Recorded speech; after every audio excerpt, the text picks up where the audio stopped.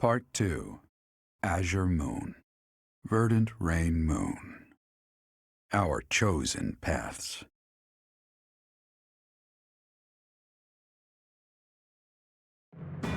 The Kingdom Army has captured Fort Merceus. Managing troops from the now stable Western Kingdom and former Alliance territory, the Kingdom Army returns to Garreg Mach to regroup and reorganize its forces. With sufficient might to challenge the Empire, the Kingdom Army finalizes their plans to march on Enbar, the Imperial capital.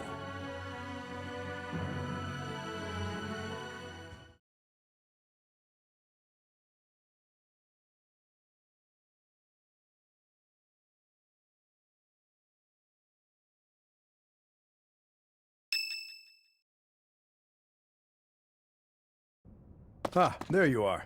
His Highness was looking for you.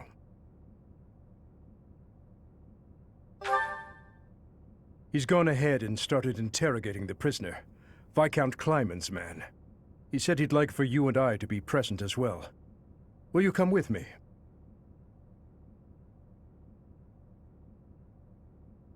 I cannot overlook your reckless remarks.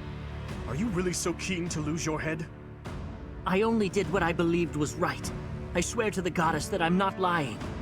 Amidst the turmoil of the tragedy, Lady Patricia was supposed to be the only one who was unharmed. We had been given orders ahead of time to not approach her carriage. Of course not.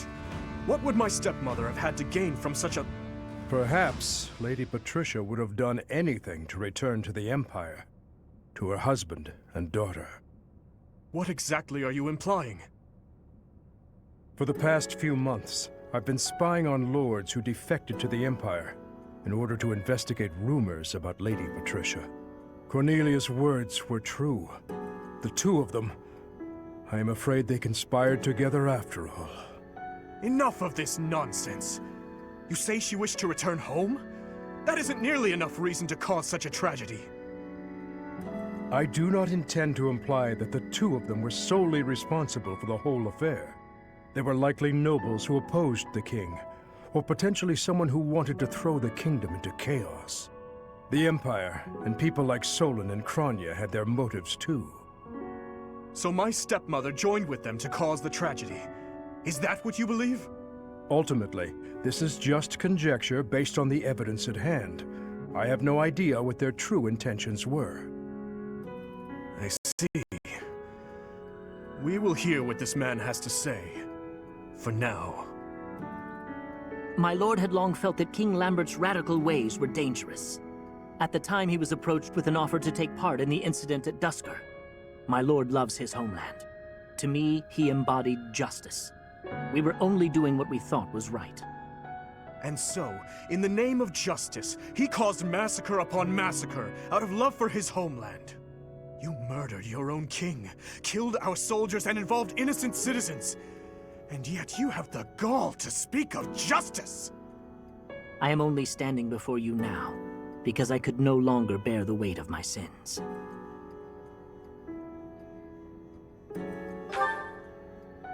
Yes, I believe I do. Gilbert, lock this man in his cell. Are you not going to kill him?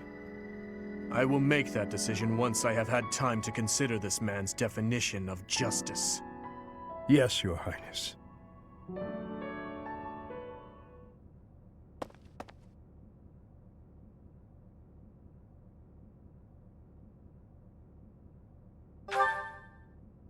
No, I cannot say that I am. Tell me, Professor, how well do you remember your father, Gerald?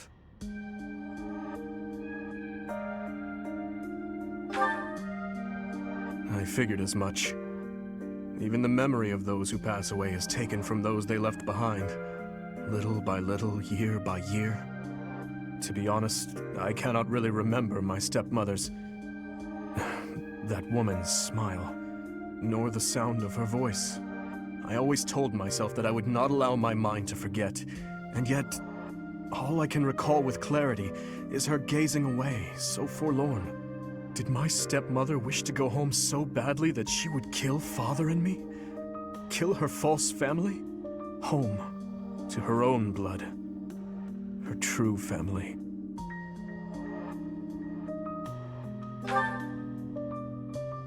I suppose it doesn't make any difference now. I am asking you questions you could not possibly know the answer to.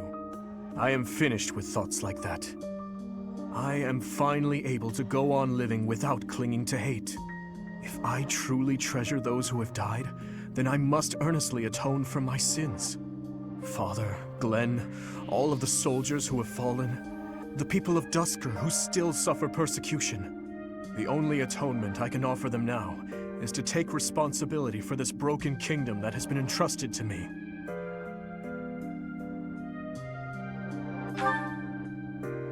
That is why I feel that I must meet with Edelgard and try to talk to her. Do you think it is a fool's errand? Honestly, I think so too. But I must swallow my feelings and grudges, our whole history really, and ask her about this future that she sees. What she aims for once her domination is complete. What kind of justice she clings to as she fights. And why she felt it necessary to start this war. I believe that asking her these things is the true responsibility I have been tasked with as king. We will march our troops to the Imperial capital. But before any battle begins, we will set up camp nearby and send a messenger. I will tell her that I need to speak with her in a safe place, without any weapons or troops. As to whether or not she will agree to my request, well, that rests solely on Edelgard. I would like to believe that as well. You know, Professor, when we fought in Ferdiad, Cornelia mocked me and called me pitiful. But even if it is true that my stepmother never loved me, I am not to be pitied. After all, I have allies and dear friends who care for me. And now, I also have you by my side.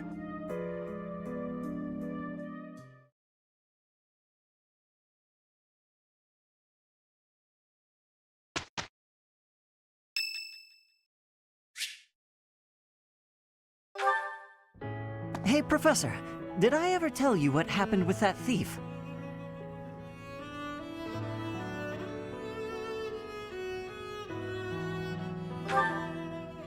You know, the book thief we encountered in town.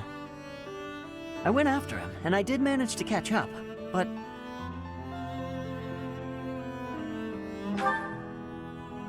Oh no, I captured him easily. I'm pretty quick on my feet, you know. But I decided not to make him pay for the book. My pockets were pretty empty after that incident, if you want to know the truth. Well, what happened was, when I caught him, I asked him why he stole the book. He said he thought it would fetch a good price and that he really needed the money. He had a sick kid and couldn't pay for medicine.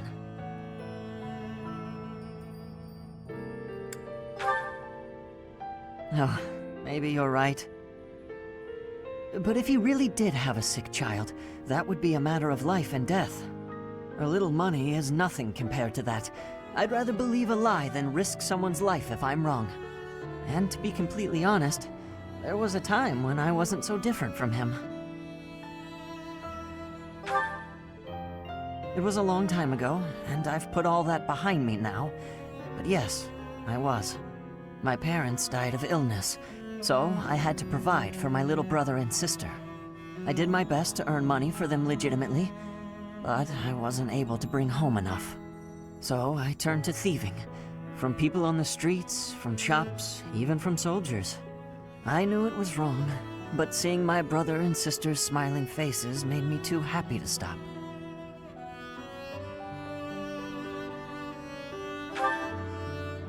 I really regret that part of my life. I was stupid. But shortly after I turned 9, I crept into a local noble's mansion, aiming to steal whatever I could get my hands on. The noble had all sorts of valuables, but what really caught my eye was a book with a fancy cover. That book was Lug and the Maiden of Wind. The knight in the illustrations was so impressive I just couldn't tear my eyes away.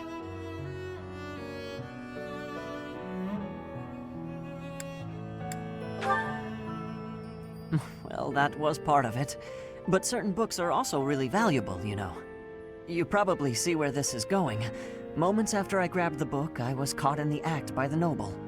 And that noble was none other than Lenato. But Lenato was incredibly kind. Without asking any questions, he gave me the book. And money, too.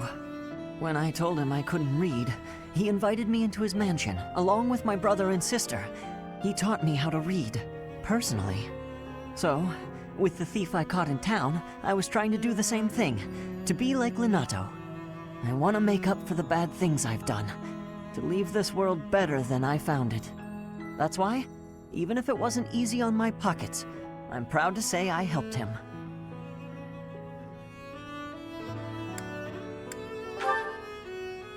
I know what you're trying to say. My contribution probably won't change much. And it's not like I have the money to help everyone who's suffering from poverty. Even so, I can't bear to stand by and do nothing. What else could I have done, Professor?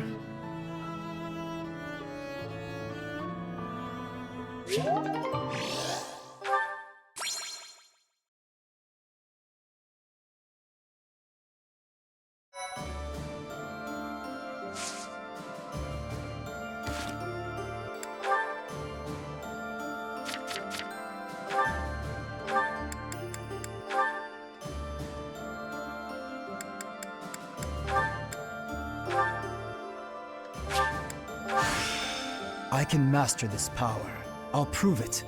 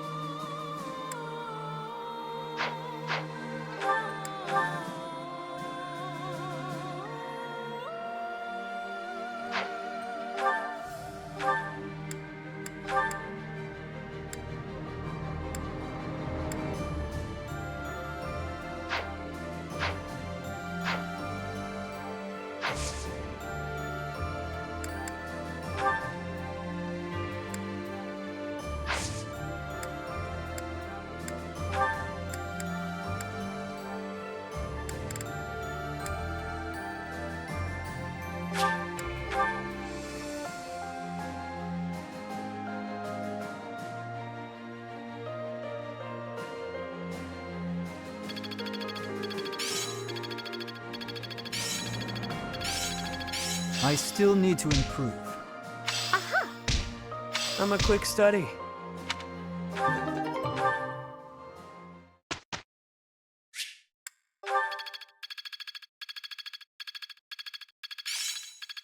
How best to use this skill?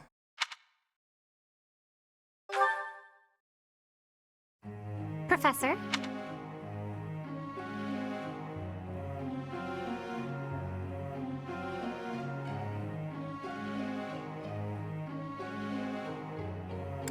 Ah, I see.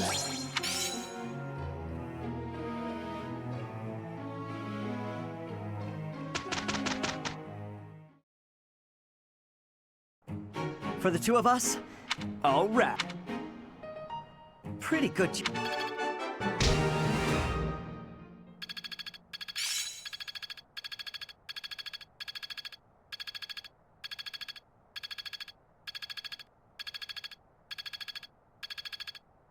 I'll do what I must.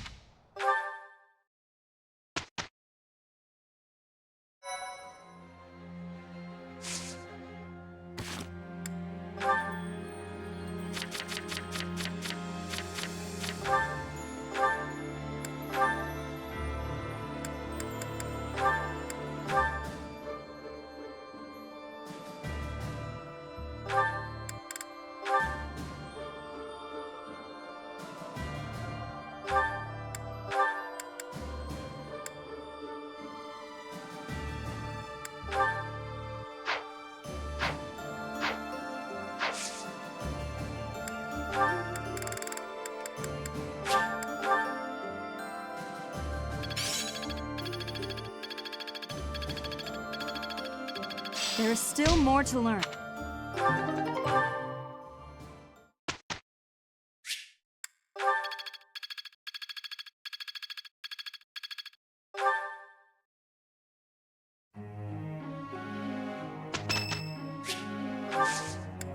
Thanks. Pretty good.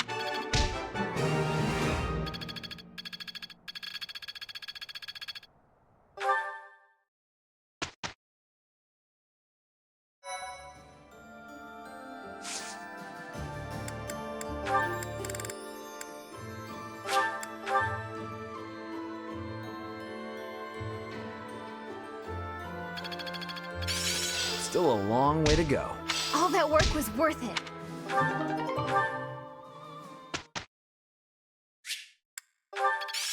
I'm really getting it. I get it.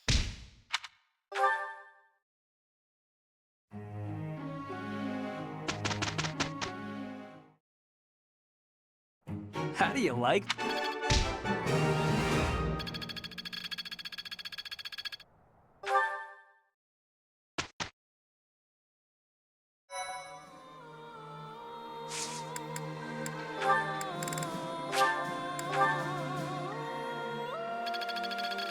I'm looking sharp, huh?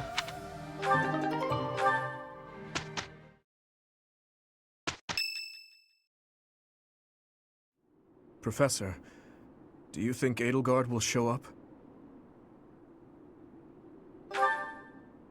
Well, well. It's been a long time, Professor.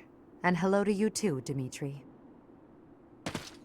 Edelgard, I did not think you would actually accept my request. Call it a win. Well then, what did you want to talk about? I will get straight to the point. Why did you start this war? There had to be a way to change things in your territory without the need for so many senseless casualties. It may be hard to believe, but this is the way that leads to the fewest casualties in the end. Don't you see? How could I? Countless people have already lost their lives in this conflict. The longer we took to revolt, the more victims this crooked world would have claimed. I weighed the victims of war against the victims of the world as it is now, and I chose the former. I believe that I have chosen the best path, the only path. Even after seeing the faces of those who have suffered the ravages of war, you would still force them to throw their lives away for the future? You are obsessively devoted to this war, and deaf to the screams of its victims. You cannot change the cycle of the strong dominating the weak with a method like that. You're wrong. That very cycle is exactly what I have devoted my life and my power to destroying. If after all of this, you believe the weak will still be weak, that is only because they are too used to relying on others instead of on themselves. Yes, perhaps someone as strong as you are can claim something like that. But you cannot force that belief onto others. People aren't as strong as you think they are. There are those who cannot live without their faith, and those who cannot go on once they have lost their reason for living. Your path will not be able to save them. It is the path of the strong, and so it could only benefit the strong. So you consider me strong, do you? Even if one clings to their faith, the goddess will never answer them. Countless souls will be lost that way, living without purpose. And I can be counted among those who have died that way as well. But that's why I must change this world, on behalf of the silent and weak. And do you intend to become a goddess yourself? Will you steal the power to take action from the broken-hearted masses you claim to defend? The ones who can truly change the way of the world are not the rulers, but the people. Pushing your own sense of justice and your own ideals onto even one other person is nothing more than self-righteousness. Maybe it is self-righteousness, but it doesn't matter. Someone has to take action and put a stop to this world's endless, blood-stained history. Do you not believe in the power of the people to join together and rise up? Humans are weak creatures, but they are also creatures who help each other, support each other, and together find the right path. I have learned that humans are capable of all that from the Professor, and from everyone in my life. I doubt a highborn person like yourself could know how the poor feel or what motivates them. This is nonsense, though I'm finally starting to understand how you feel. But that makes it even clearer to me that we can never fully understand each other. I feel the same. I finally understand what you believe is right. Goodbye, Dimitri. Wait, Edelgard. There is something I must give you. This is for you. Use it to cut a path to the future you wish for. And I will rise up to meet you there. Elle?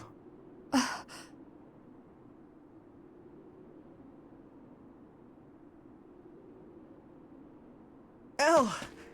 So it's true. You're really going away? Going back home? There's nothing I can do about it. It's all happening so fast. I'm as surprised as you are. Elle. Here. I want you to have this. Elle, listen to me. No matter how hard things get, you can't give in, okay? You've got to cut a path to the future you wish for, no matter what. It's a dagger? Why would you give me something like this? Oh, I'm sorry. I couldn't think of anything better to give you. Edelgard, what are you doing? It's time to go. Hurry and get in the carriage. Oh, I'm sorry, Uncle. I have to go now.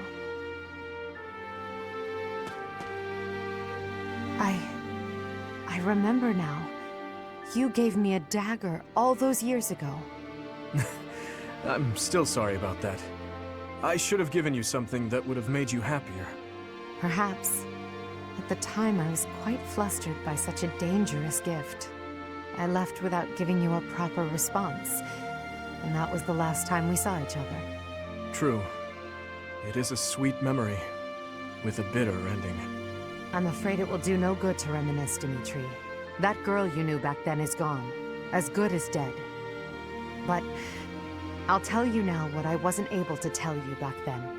Thank you, my dear forgotten friend. Because of you, I never lost my heart. As for the future, that will be decided in battle.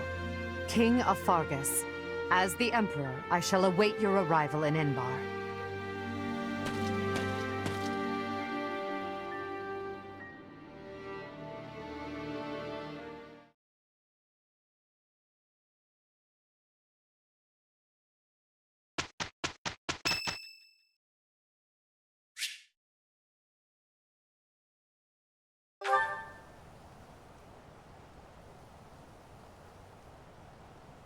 Sorry. It looks like I'm going to have to leave you now. One day, I hope you'll give this ring to someone you love as well as I love her.